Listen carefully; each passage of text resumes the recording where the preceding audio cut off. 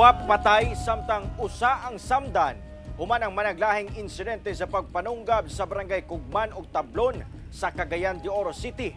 Kapulisan gipasalig nga mas pakusgan pa ang pagpatrolya aron mapugngan ang kriminalidad. Aniya ang akong report. Nagbuyod na og wala na'y kinabuhi diyang naabtan sa otoridad kining 37 anyos nga lalaking biktima.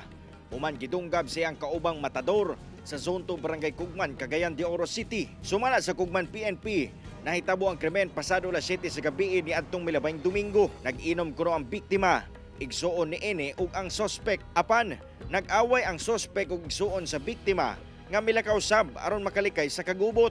Napahimungtan na hinuon sa sospek ug dunggab ang nabilin nga biktima. Di moubos sa 13 ka mga samad dinunggaban ang nahiaguman sa biktima. Moto nga atong nasulod sa elemento nga murder ang kining kuan. No, kay nahulog ni siya nga gilipot gid siya.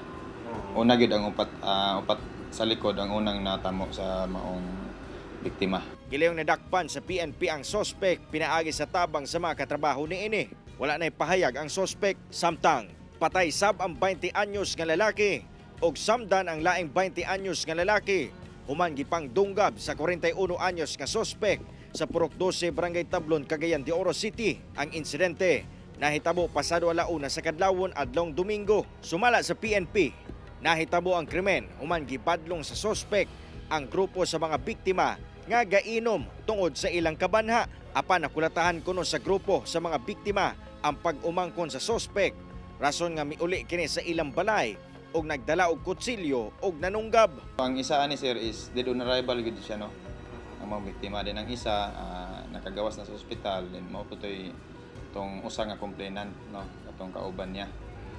Then magkuha po tag lahi pud nga complainant. Actually daghan man pud sila.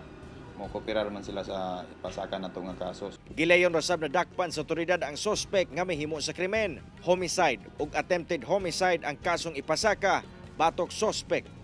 Wala kini pahayag. Kung natay mga problema, pareha tong nagkuan lang siya ng madlong. So, pwede tawag na dito dahil ng police assistance. Dili kay, at kita mismo ang magpakapulis pa, no? Kita ang magpakatanod. Kauban si Jaybert Pairat, Cyril Chavez. 1 Mindanao.